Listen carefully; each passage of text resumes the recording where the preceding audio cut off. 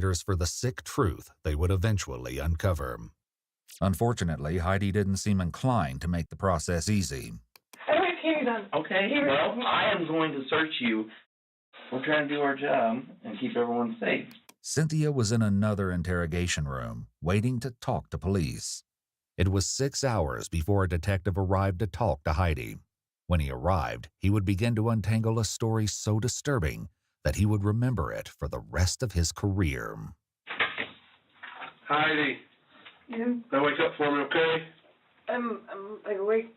What's that? I said I'm like awake. Okay. I'm gonna have these officers take those handcuffs off of you so you can sit in a chair, okay?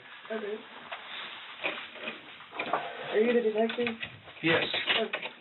That woman's blood, I think, is on my shirt. What'd you say? The woman's blood that, Amanda...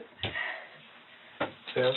Because, Why don't you sit in this one over here?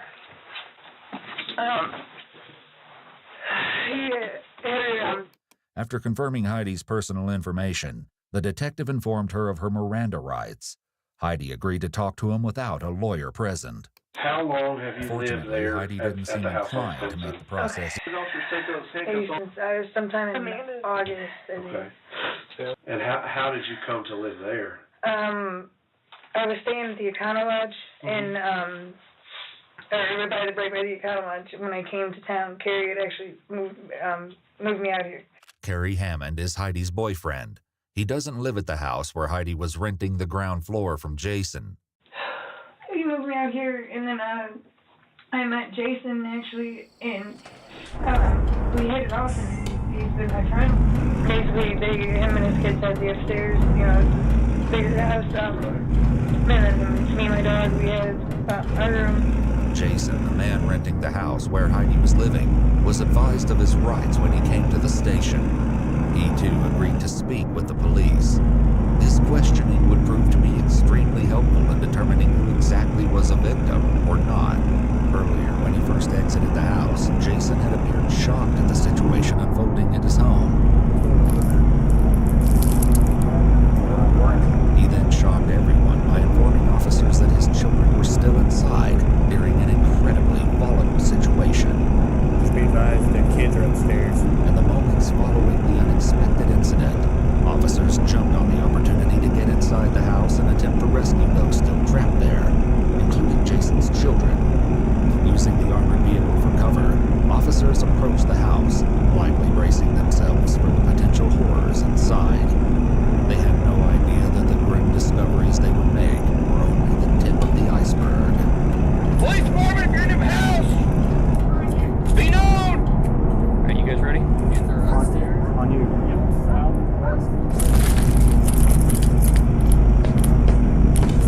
Got a long hall, multiple doors. Ready? Go, go, go. I got the long hall.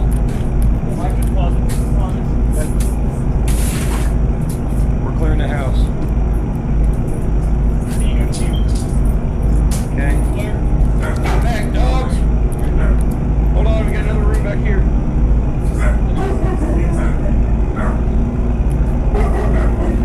Police department is upstairs. Let yourself know now. Kids, come out. Keep coming down. Come out to the stairs. You okay? Come downstairs. Put hands up. Hands up. Keep coming. You're good. Watch your gun. Watch your gun. Watch your gun. Come on, dude. Come on out, kid. Come on. Hey, come on. Take it home. Over here. Come on, guys. Okay.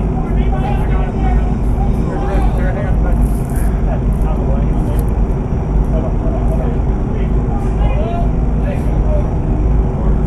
Hold on. Up there. Coming out. 2. Guys, just look to the right. This is right. Jason's children made it out of the house safe, but not everyone would.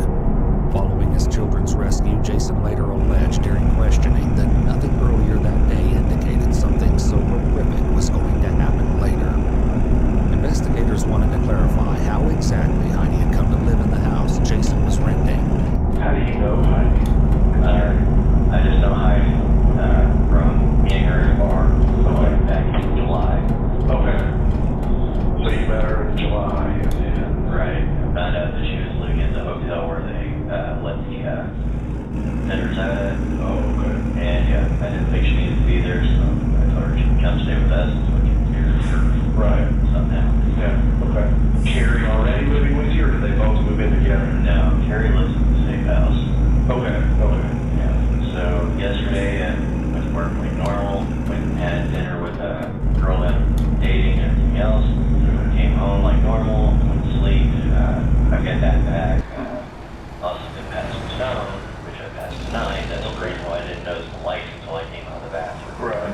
But yeah, I think my work has to come back. I passed out earlier and woke up to pretty much all this except for going to the bathroom. Right.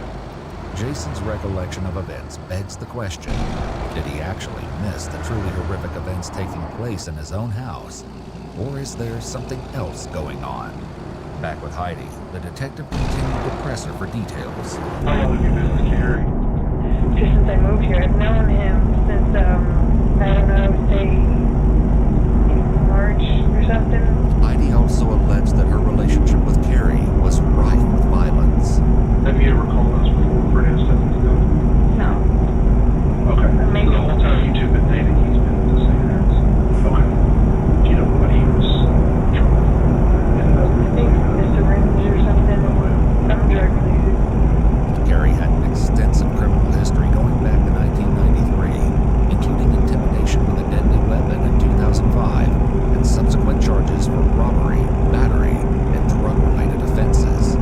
As police uncovered more, it became clear that Carrie's crimes were only escalating, but they had no idea just how far things would go.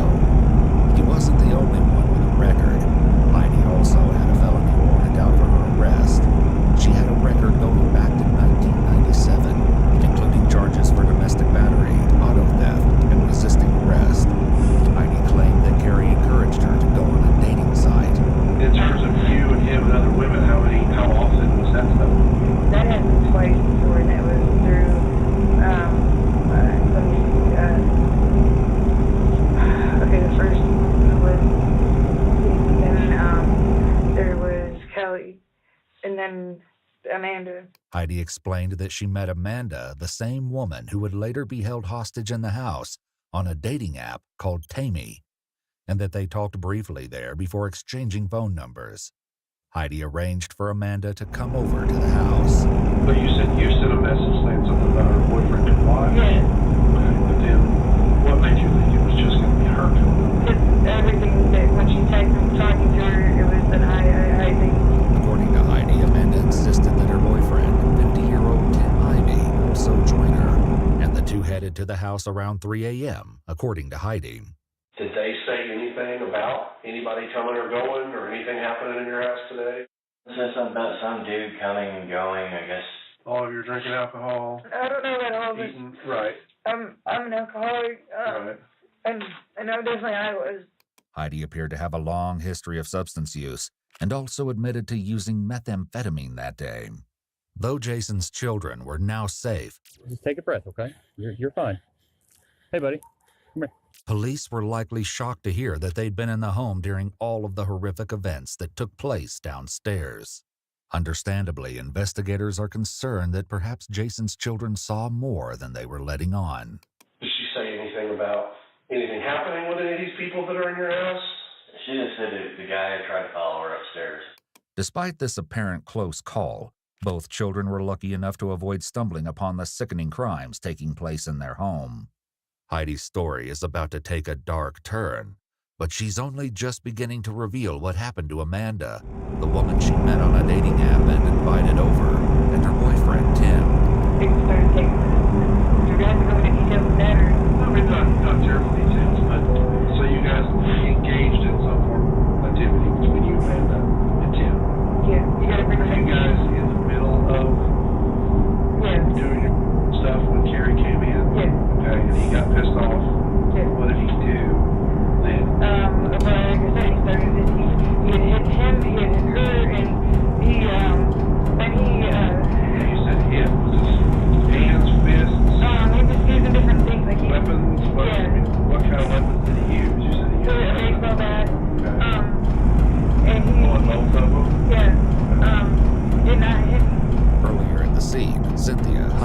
friend who came to be at the house that night under strange circumstances shared a similar story. Does Heidi live here? Heidi's boyfriend is Carrie. He's the one that was the aggressor. The baseball bat. Okay, now he had hit me later, and he used a lot of like force that because you know, I don't care if I'm engaged or not. Like, you know. Did you ever do anything to try and stop him when he was hitting them? Yes. So you're telling me honestly, 100% truth, you don't know anything about any of that to happen to those sisters? In addition to offering to take a polygraph, Jason allowed the police to download the contents of his phone and provided access to his front door camera to help them establish a clear timeline for the awful events of the day. Whether or not he was as uninvolved as he said remained to be seen. Did you, tell him to stop? Did you Yeah. try to, physically make him stop? I was yelling at him, trying to grab his arm. Heidi's story only gets more harrowing as she continues. When you say you restrained them, how did you go about doing that? Tape, Okay. and then Both of them? a tape with him, okay? And then I think he might have used tape with her, but then there's also the restraints. Heidi claims that she left the house to seek help and went to a work site to pick up Cynthia, the woman who eventually had to escape and was the one who alerted law enforcement. When she picked Cynthia up, she told her that she needed help, but she didn't tell her it was because of what Carrie had done. Rather, she said she needed help cleaning the house. Cynthia agreed. Without directly saying, I was reaching out for help, making comments to Cynthia about, making hints at, Like how? about my boots, being dirty, and I can't remember exactly, but I was basically trying to hint, because I couldn't call 911. I couldn't be the one that saying off shit happened. I was trying to call 911, but not being the one that called 911. Despite her discomfort, exhaustion, and the recent trauma, Cynthia's account of the night's horrific events would highlight some issues with Heidi's version of events. There's a yellow pair of construction boots. There was blood on them, okay? And I put those on. Note that these were not the boots Heidi was currently wearing. She alleged that after she wore them, Carrie cut the bloody pair off her feet and intended to burn them. I kept making comments to her about it. She wouldn't even look down at them. Cynthia, though, said she had a reason not to worry about the condition of Heidi's boots. She told you what now? That That a raccoon did what? got blood on her roof. Oh, she told me that. I've never said anything about a raccoon. I tried to say, make references, okay? But why would I say a raccoon? She said that's what she said. No, I didn't say anything about a raccoon. I was straight up, implying stuff. In contrast, Cynthia maintained that Heidi never communicated anything was wrong, just asked her to come over to help clean. Clearly, one of the women was lying, but the police didn't yet know which one. The question was, why? Well, because the truth is far more disturbing than anyone could have even imagined. When Heidi and Cynthia got to the house, all hell broke loose. I keep hearing my whisper. I keep hearing these noises throughout the night. I automatically thought it was this little girl that was upstairs. But then she was downstairs whenever I heard this last time, and I was like, what was that? So I go to sit down, and I think I'm sitting on the couch at this point. I think I'm sitting on a couch at this point. It was not a couch. It was a human being. Unfortunately, How Heidi did you didn't. realize that it was a person? So you arrange the kitchen like this, right here, my hand slipped, and you can see the face, you can tell what was, who it was,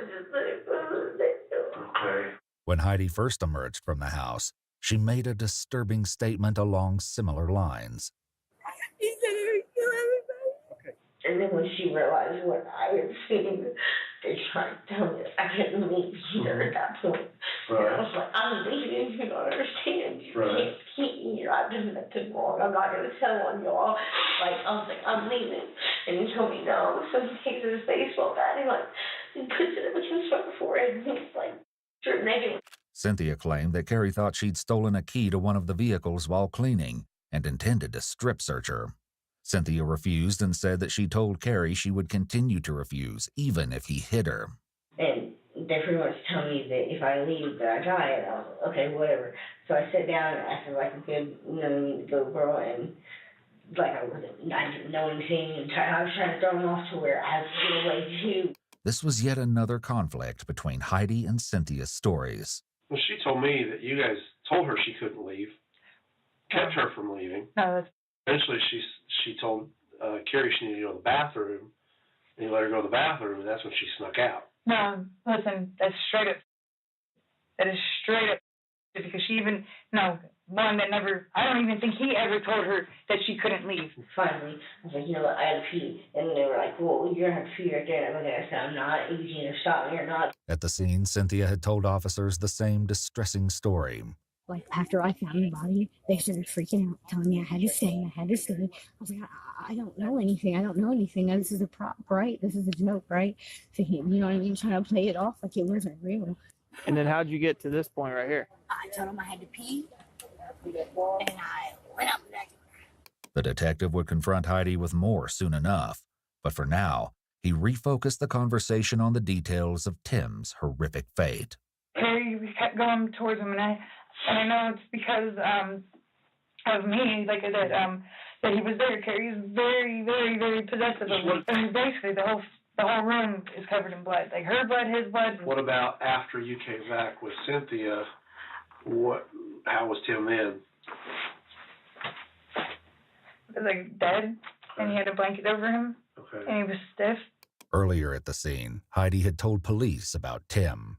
How do you know there's somebody dead in there? Fortunately, He pulled a Heidi body. didn't seem inclined. And a blanket. The police didn't yet know Harry? which one. What did he tell you The happened? question was, could he imagine? He didn't tell When Heidi me, and but Cynthia he got said to with the his bare house. hands, and I knew he had blood all over his pants. There's blood everywhere. Okay, and he was in the middle of cleaning it up. It's like a bloodbath. If the scene was as gory as Heidi described, it's hard to imagine that no one else in the house noticed.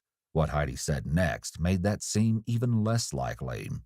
And Jason, I mean, it's not his job to protect me, but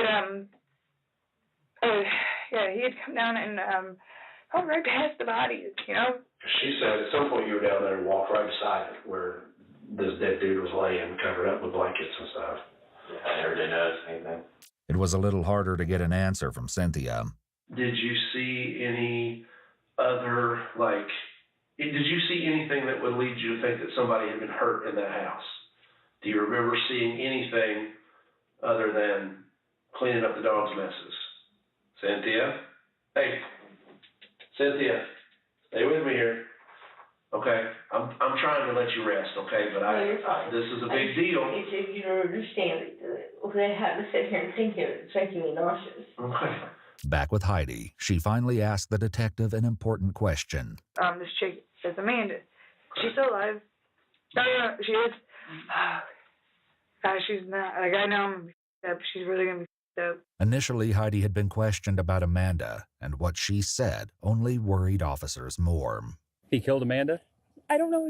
He was trying to. No, she was alive when just a minute ago. Okay. After rescuing Jason's children, officers turned their attention to trying to find the woman still being held hostage inside. Amanda's rescue from the home was nothing short of harrowing. As police cleared the home, they made a horrific discovery in Heidi's bedroom. It's outside. Go, go, go, go, go. Go, go, go, go, go. Where you at? Where you at? Where you at? Up, up, up. Back here. I got a female down, and I got blood. Somebody get with her. Make contact. Where you at? Back up. What's your name? Somebody. Down. Somebody stay with him. What's your name? Stay with me. Okay, I got you. Hey, you got any weapons? Okay. Hey, I need you to come. Take your blood. Hey, kids, watch your face the door. Okay. Hey, you got one thing left off. Okay, that's fine. We're not worried about that, okay? Come to me. Come to me. No weapons, correct? Okay. Come on. Okay, come on. Come on. Come on. Come to me. What's your name? Amanda? Okay, Amanda, come to me. Keep coming to me. Guys, we're coming up. We need to get her out of the house. She's been hitting the head with baseball. Okay, I got you. Okay. Keep walking. Welcome. How's that look? Let him know I'm coming out. Medics. Where's she at? They haven't came yet. Notice what Heidi said next. Yeah, bring her back here. Following her rescue, Amanda was taken to the hospital immediately for emergency medical attention to treat her terrible injuries. But she spoke to the police as soon as she was able to. What she revealed would flip everything on its head, and the truth is even more twisted than anyone has been letting on. Other than, like, when you guys were having together, after that, did you ever put your hands on Amanda or Tim in any way? Did she ever have the bat? Yeah, she had it some, but she didn't ever threaten me. Okay. I acted like I was with him at certain points, but then